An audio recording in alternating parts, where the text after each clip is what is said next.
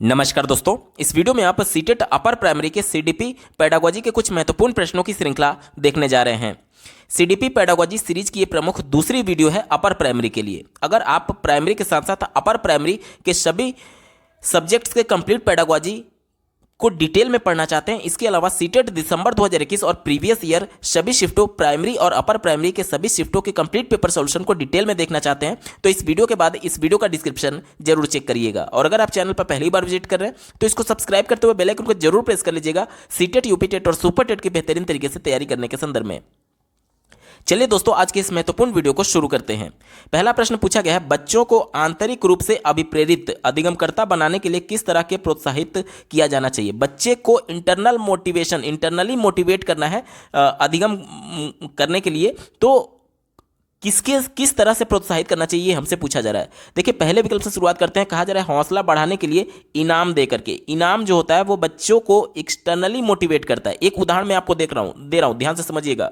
मान लीजिए आपके घर में 2 से 3 साल का बच्चा हो जिसमें अभी एक तरीके से नैतिकता नहीं है, वो नैतिक मूल्यों को नहीं जान रहा है कि बड़े अगर हमको कुछ बोल रहे हैं तो उसके आज्ञा का पालन करना चाहिए। मान लीजिए 2 से 3 साल में इस प्रकार की नैतिकता नहीं होती है। आपके घर में 2 से 3 साल 4 साल का बच्चा होगा तो उससे बोलिएगा बेटा 1 गिलास पानी ला दो, वो नहीं लाएगा। लेकिन जैसे ही आप उसको बोलेंगे कि बेटा 1 गिलास पानी ला दो, मैं आपको एक चॉकलेट दूंगा, वो दौड़ करके भाग करके जाएगा और 1 गिलास पानी ला करके आपको देगा। आपको क्या लगता है, वो आपके कहने से पानी लाया था? नहीं, वो चॉकलेट की लालच में पानी लाया था। चॉकलेट क्या है? इनाम है, एक्सटर्नल मोटिवेशन का काम कर रहा था। यानी कि वो चॉकलेट की लालच में ला रहा था, यानी एक्सटर्नली वो मोटिवेटेड था पानी लाने के संदर्भ में। लेकिन एक समय ऐसा भी तो आएगा जब बार बार आप उसको यही काम देने लगेंगे कि आप ये काम कर दो, मैं आपको चॉकलेट दूंगा, ये खाने के लिए दूंगा, लेकिन कभी तो उसका चॉकलेट से मन भर जाएगा। उसके बाद चूंकि वो चॉकलेट के ही लालच में आपका काम कर रहा था, तो उसके बाद जब उसका मन भर जाएगा तो आप कितना भी उसको बोल करके देख लीजिएगा, वो पानी ला करके नहीं देगा। क्यों? क्योंकि अब उसके चॉकलेट की इच्छा खत्म हो चुकी है। यानी एक्सटर्नल मोटिवेशन शॉर्ट पीरियड के लिए होता है, थोड़े समय के लिए होता है, और बच्चे को यहां पर इंटरनली मोटिवेट करना था। इस वजह से ये एक्सटर्नल मोटिवेशन का उदाहरण है, हमारा उत्तर नहीं होगा।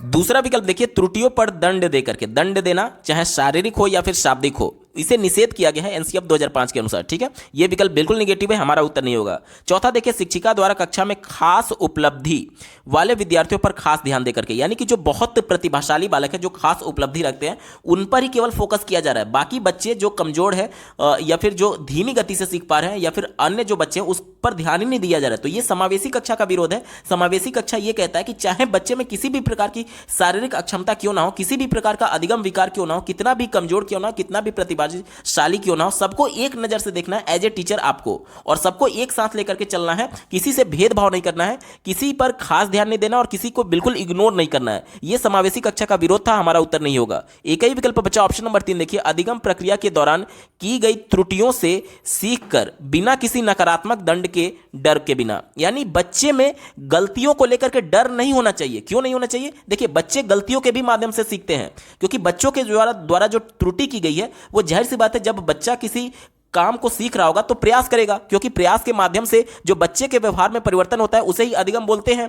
अब जब प्रयास करेगा तो जाहिर सी बात है उसमें गलती होगी ही होगी, त्रुटि होगी ही होगी, और त्रुटियों के माध्यम से भी बच्चे के व्यवहार में परिवर्तन होता है। जैसे कि मैं आपको बता रहा हूं, देखिए, आप कॉम्पिटिटिव एग्जाम की तैयारी कर रहे हैं, एक बार आप असफल हुए, हो सकता है पिछली बार सीटेट की परीक्षा में असफल हुए होंगे, तो कम से कम आपको यह पता चल गया कि आपने जो गलती पिछली बार की थी वो गलती अब इस बार नहीं दोहराएंगे। यानी कि आपने पिछले बार भी प्रयास किया था और उस प्रयास के माध्यम से कम आपको पता चला कि हाँ, मैंने ये गलती की थी, अब इस बार मैं नहीं दोहराऊंगा। यानी आपके व्यवहार में परिवर्तन हुआ तो सही, गलतियों के ही माध्यम से, लेकिन परिवर्तन हुआ। और जब भी प्रयास के माध्यम से व्यवहार में परिवर्तन होता है उसे हम लोग अधिगम बोलते हैं। यानी बच्चे गलतियों के भी माध्यम से सीखते हैं, और जब बच्चे में यह डर नहीं रहेगा कि अगर मैं गलती भी कर दूंगा तो मुझे दंड नहीं मिलेगा, तो बच्चा प्रयास करने के लिए और ज्यादा प्रेरित होगा, और जितना ज्यादा प्रयास करेगा उतना ज्यादा अधिगम होगा, क्योंकि प्रयास के माध्यम से ही तो व्यवहार में परिवर्तन होना है। अब जब कोई बालक प्रयास ही नहीं करेगा तो उसके व्यवहार में परिवर्तन कैसे होगा और वो अधिगम कैसे करेगा? इस वजह से बच्चों में डर के बिना प्रयास करने के लिए प्रेरित करना चाहिए। विकल्प नंबर 3 यहां पर बिल्कुल एप्रोप्रिएट है और यही इसका सटीक जवाब होगा।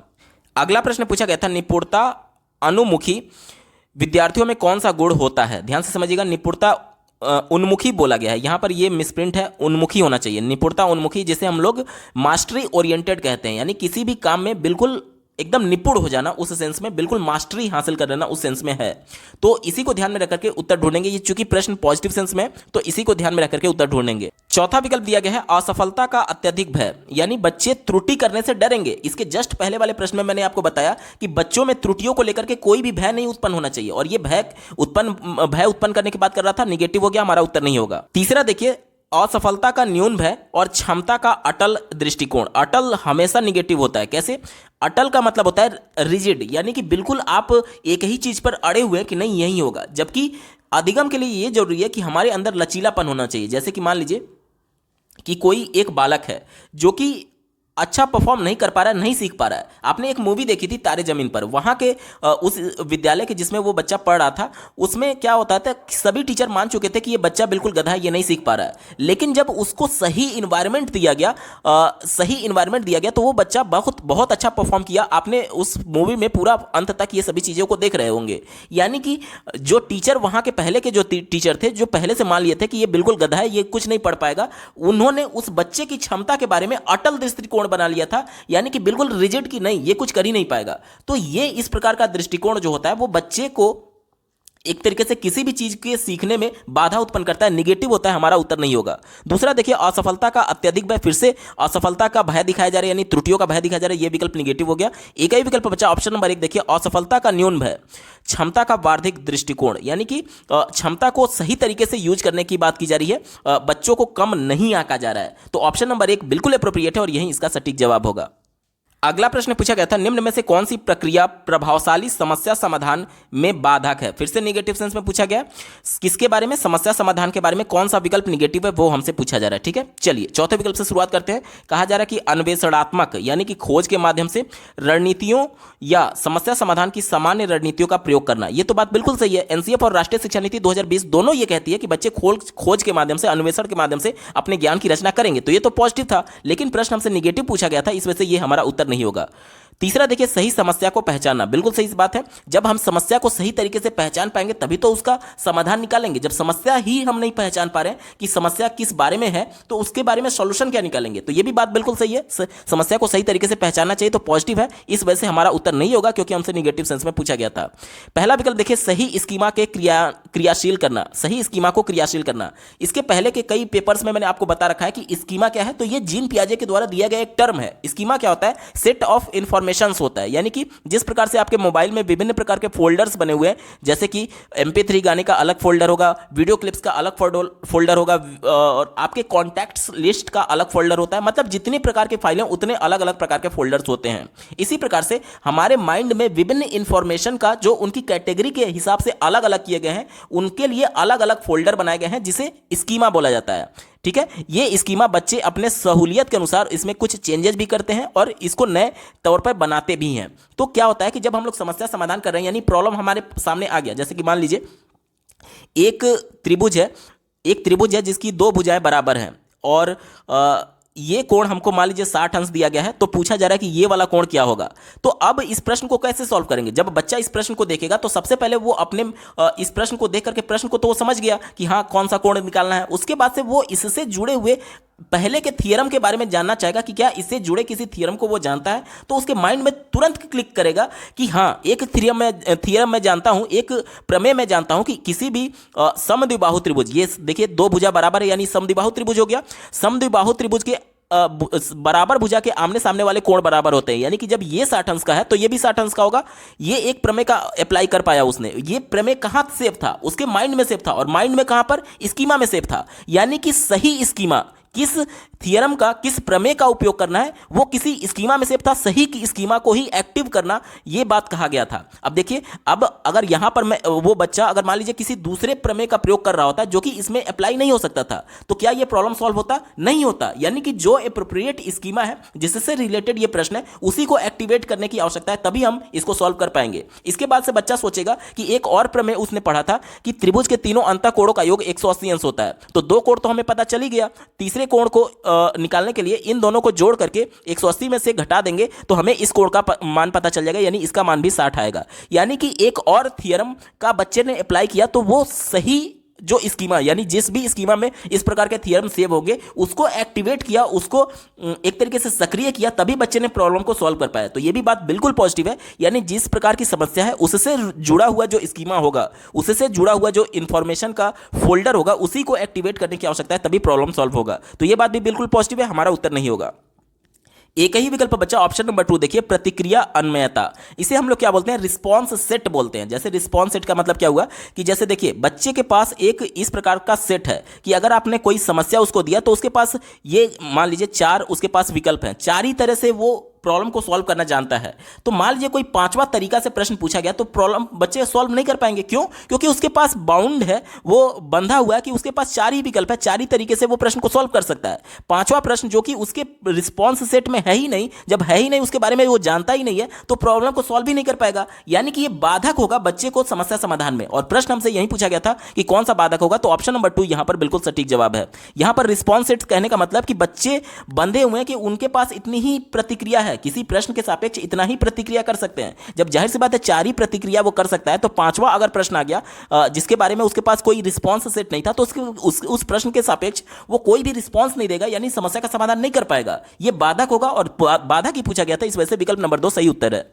अगला प्रश्न पूछा गया था, कक्षा में विद्यार्थियों में पारस्परिक प्रतिस्पर्धा के लिए प्रेरित करने के कई परिणाम हो सकते हैं। आपके अनुसार निम्न में से कौन सा प्रभाव बच्चों के विकास में हानिकारक है? देखिए, जब भी बच्चे का पारस्परिक प्रतिस्पर्धा कराया जाता है, यानी कि कक्षा में एक दूसरे से कंपटीशन कराया जाता है, तो वो हमेशा निगेटिव ही इंपैक्ट डालता है बच्चों में। क्यों? क्योंकि आज हम लोग समावेशी कक्षा की बात कर रहे हैं, जिसमें प्रतिभाशाली बालक भी उसी कक्षा में है, साथ ही साथ बहुत कमजोर बालक भी उसी कक्षा में है, साथ ही साथ अधिगम विकार वाला बालक भी है और अधिगम अक्षमता वाला बालक भी है, वो दो खैर एक ही हो गया, और शारीरिक अक्षमता वाला बालक भी उसी कक्षा में। यानी सबकी समस्या अलग है, और सबकी समस्या अलग होने की वजह से जरूरत यह है कि सबको अलग अलग तरीके से इंफॉर्मेशन को प्रोवाइड कराना होगा, और सभी इंफॉर्मेशन को अपनी गति के हिसाब से सीख रहे होंगे। यानी कि किसी का किसी से कंपटीशन हो ही नहीं सकता, क्योंकि सबकी जरूरतें अलग थी।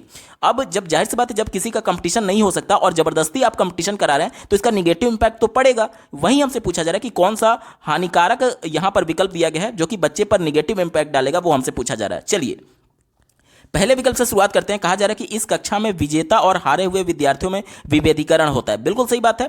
जब बच्चे का कंपटीशन आप करेंगे तो जाहिर सी बात है, जो प्रतिभाशाली बालक था वो विजेता बनेगा और जो कमजोर था वो हारेगा। तो जब विभेदीकरण होगा तो ये समावेशी कक्षा का विरोध हो रहा है ना, क्योंकि समावेशन तो ये कहता है कि सभी बच्चों को एक साथ लेकर के चलना है, बिना उसकी योग्यता के आधार पर भेदभाव किए हुए, और यहां पर विभेदीकरण हो रहा है, इस वजह से ये हानिकारक है। और प्रश्न भी हमसे पूछा गया था कि कौन सा हानिकारक है, तो ये विकल्प हानिकारक है, यानी हमारा होगा। दूसरा देखिए, इससे विद्यार्थियों पर दबाव पड़ता है, वह चिंता का स्तर बढ़ जाता है, जो उनके संज्ञानात्मक विकास को बाधित करता है। बिल्कुल सही बात है। देखिए, अब जो प्रतिभाशाली बालक है, जाहिर सी बात है वो कक्षा में अच्छा परफॉर्म कर रहा होगा दूसरे बच्चों के कंपैरिजन में। अब मान लीजिए जो बहुत कमजोर बालक है एक तो पहले से वो सीख नहीं पा रहा है, ऊपर से जब आप उसका नंबर का कंपैरिजन कक्षा में टॉपर बच्चे से करेंगे, तो जाहिर सी बात है उसमें हीन भावना का शिकार हो सकता है वो बालक, क्योंकि एक तो पहले से मैं नहीं सीख पा रहा हूं, ऊपर से कक्षा में मेरी बेइज्जती की जा रही है, उसे यह महसूस होगा कि मेरी बेइज्जती की जा रही है। तो इस वजह से यह विकल्प भी बच्चे पर निगेटिव इंपैक्ट डाल रहा है, और हमसे यही पूछा गया था कौन सा हानिकारक होगा, तो ये वाला विकल्प भी बिल्कुल सटीक जवाब है, और उसके संज्ञानात्मक विकास को बाधित करेगा, जो बच्चा कमजोर था या फिर कम सीख पा रहा था। तीसरा देखिए, इससे कक्षा में तारक मतलब कि स्टार विद्यार्थियों को चिन्हित करने के लिए बढ़ावा मिलता है, जिनकी उपलब्धियों पर स्कूल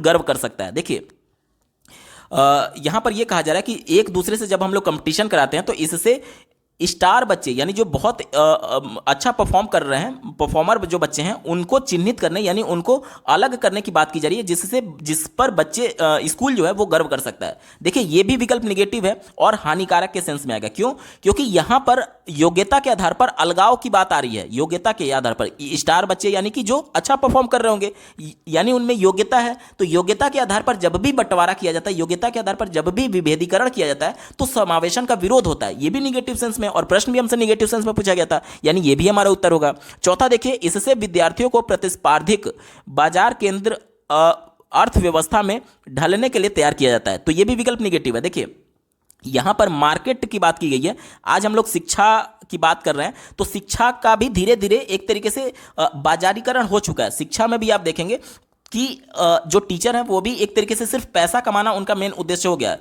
और ये अपर प्राइमरी का मैं पेपर सॉल्व कर रहा हूं, तो अपर प्राइमरी के बच्चे यानी कक्षा 6 से 8 की जब बच्चे होते हैं तो उनका मानसिक स्तर अभी उतना तैयार नहीं होता है कि आप बच्चे को अभी से मार्केट में कंपटीशन कराने के लिए तैयार करें। ठीक है, तो ये भी विकल्प निगेटिव है और चूंकि हानिकारक प्रभाव डालेगा बच्चे पर, क्योंकि निश्चित तौर पर जब बच्चा इस बाजारीकरण के खेल में फंसेगा तो निश्चित तौर पर उसका अधिगम प्रभावित होगा। और चूंकि हमसे पूछा गया था कि विकास में हानिकारक है, तो यह भी विकास में हानिकारक होगा, यानी इसके चारों विकल्प सही हैं।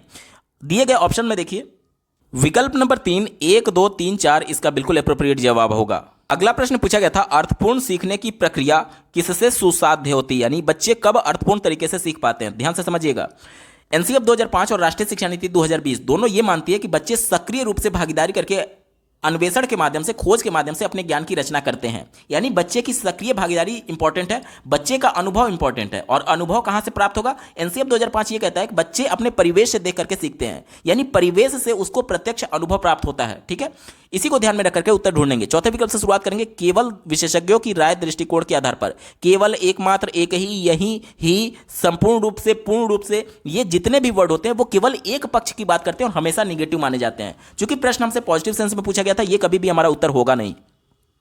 तीसरा देखिए, संकलित आकलन के लिए की गई पाठ्यचर्या की मांग से।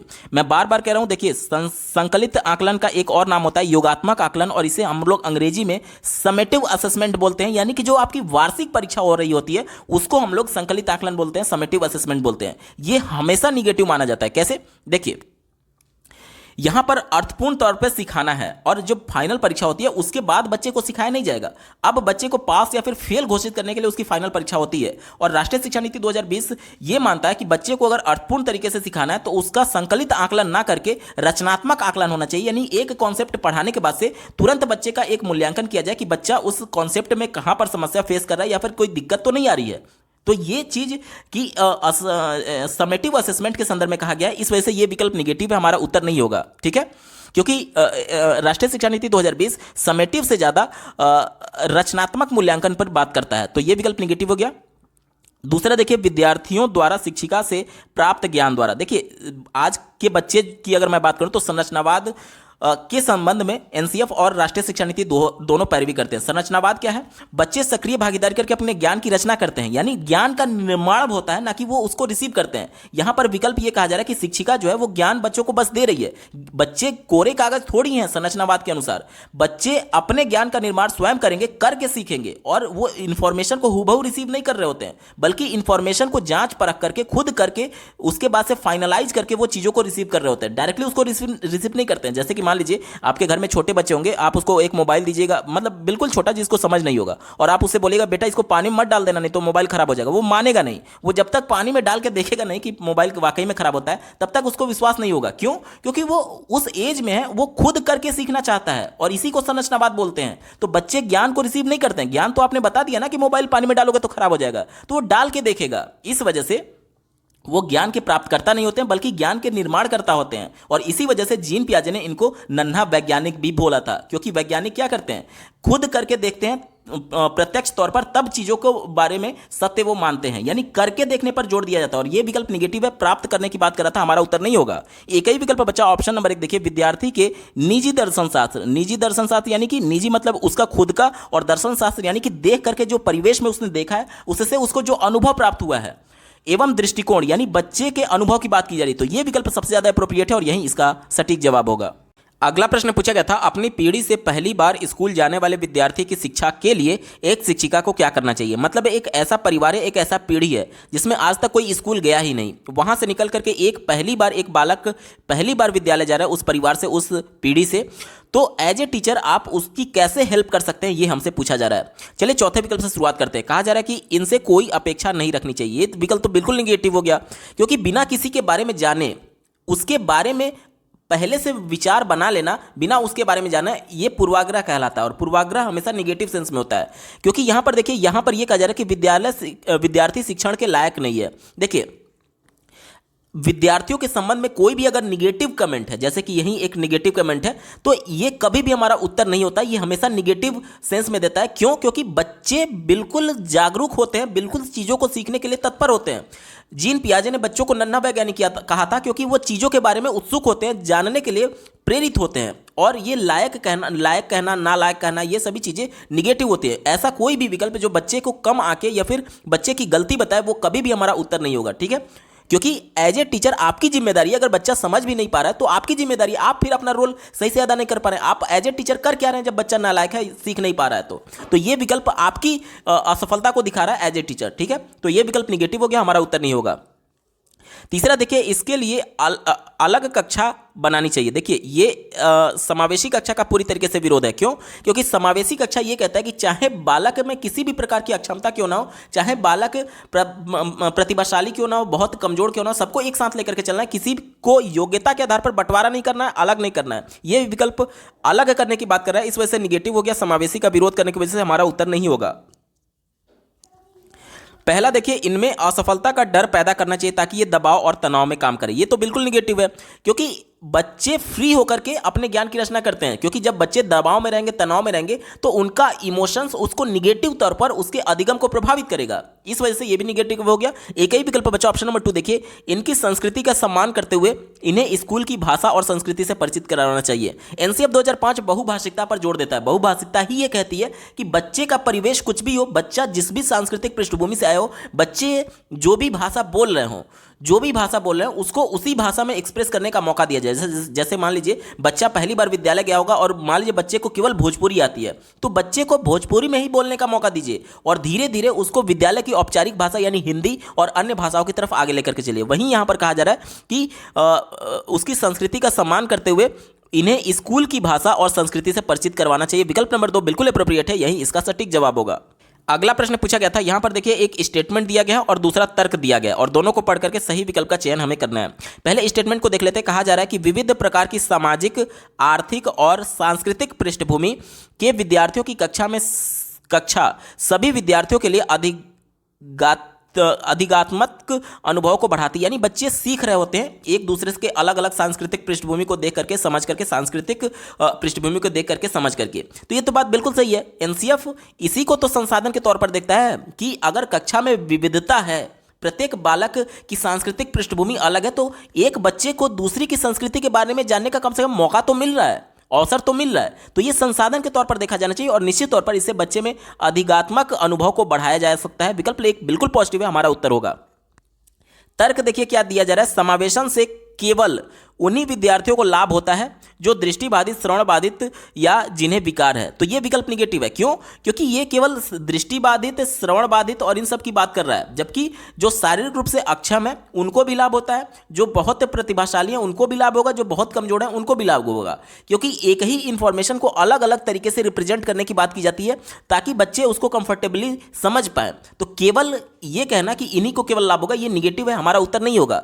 वैसे भी मैं आपको बता चुका हूं, जहां पर भी केवल, एकमात्र, एक ही, यही, ही, पूर्ण रूप से, संपूर्ण रूप से, जहां पर भी ये वर्ड दिख जाए वो हमेशा निगेटिव होता है। कभी भी आपको विकल्प पर विचार ही नहीं करना है। ये निगेटिव हो गया, हमारा उत्तर नहीं होगा। यानी कि देखिए ए सही है और आर गलत है। दिए गए विकल्प में देखिए ऑप्शन नंबर 3 में बात की गई है, ए सही है, आर गलत है, इसका बिल्कुल सटीक जवाब होगा। अगला प्रश्न पूछा गया था, एक शिक्षिका को उस विद्यार्थी के लिए जो दृष्टिबाधित है के लिए क्या शिक्षा स्तरीय प्रावधान करने चाहिए। ध्यान से समझिएगा, बच्चा दृष्टिबाधित है यानी देख नहीं सकता, तो वो वाला विकल्प हमारा सही उत्तर होगा जिसमें बिना देखे बच्चे को मौखिक तौर पर कुछ इंफॉर्मेशन शेयर किया जा रहा होगा, और जिसमें बच्चे को देखने की जरूरत पड़ेगी वो वाला विकल्प हमारा नहीं होगा, निगेटिव होगा। क्यों? क्योंकि बच्चा देख ही नहीं सकता तो देखेगा कैसे। ठीक है, चलिए, दृष्टिबाधित है तो देख ही नहीं सकता। चौथे विकल्प से शुरुआत करते हैं, ब्लैक बोर्ड पर बहुत कार्य करवाना चाहिए। अब बच्चा ब्लैक बोर्ड पर देख ही नहीं पाएगा क्योंकि दृष्टिबाधित है, तो ये तो उसके लिए प्रतिकूल हो गया ना, निगेटिव हो गया, हमारा उत्तर नहीं होगा। बहुत से दृश्य प्रदर्शन देने चाहिए। दृश्य प्रदर्शन बच्चा जब देख ही नहीं सकता है तो आप उसको कितना भी विजुअल क्लिप्स दिखा लीजिए उसके लिए एप्रोप्रिएट नहीं है, तो ये भी निगेटिव हो गया, हमारा उत्तर नहीं होगा। पहला देखिए, बहुत से सूक्ष्म मुद्रण संसाधनों का इस्तेमाल करके।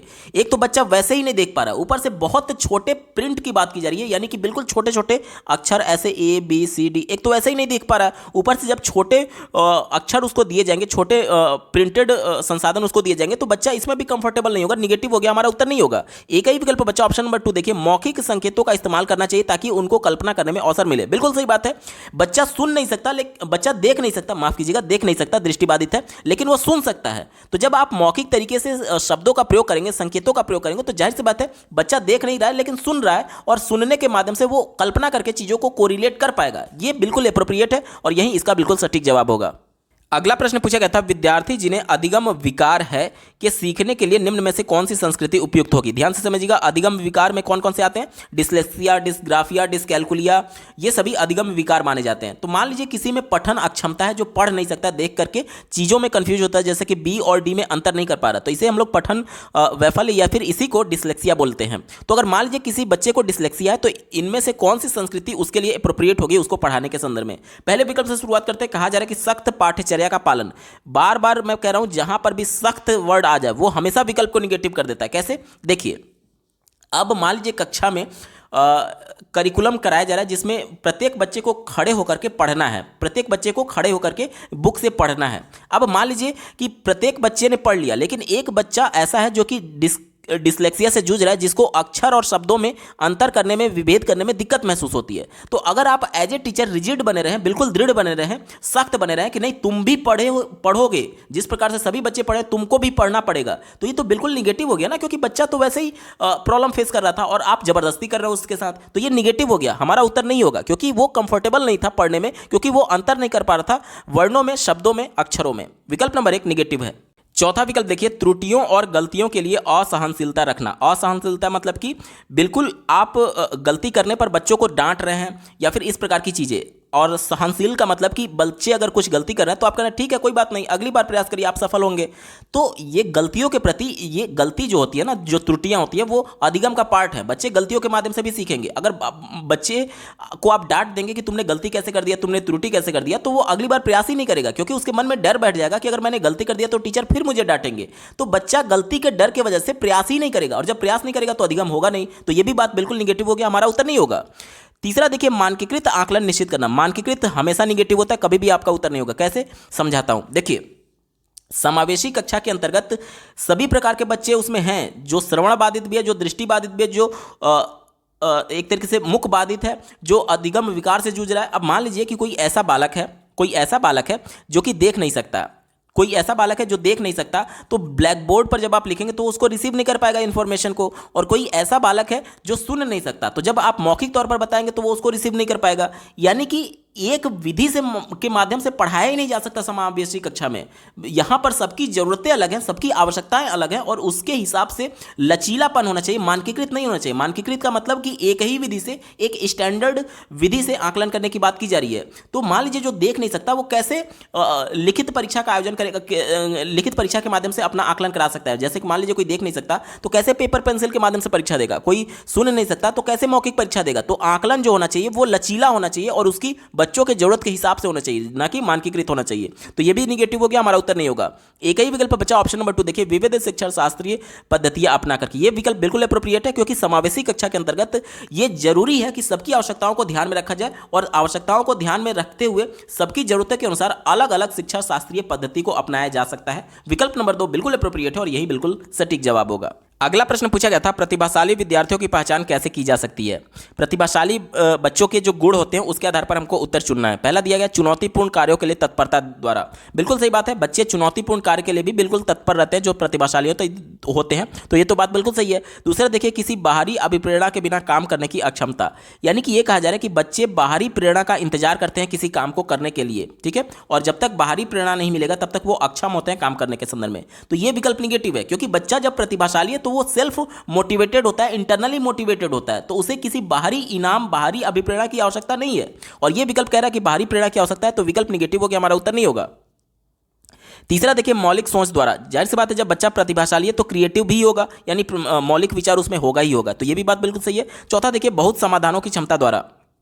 अब जब वो मौलिक विचार रख रहा है यानी क्रिएटिव है, तो एक ही प्रश्न को वो अल्टरनेट प्रोसेस से सॉल्व करने की भी उसमें क्षमता होगी। यानी एक ही प्रश्न को अलग अलग मौलिक विचारों के माध्यम से अलग अलग समाधान वो निकाल सकता है। तो ये बात भी बिल्कुल सही हो गया। यानी कि कौन कौन सा विकल्प बना, 1, 3 और 4 दिए गए विकल्प में देखिए विकल्प नंबर 3 में बात की गई है 1, 3, 4 इसका बिल्कुल अप्रोप्रिएट जवाब हो जाएगा।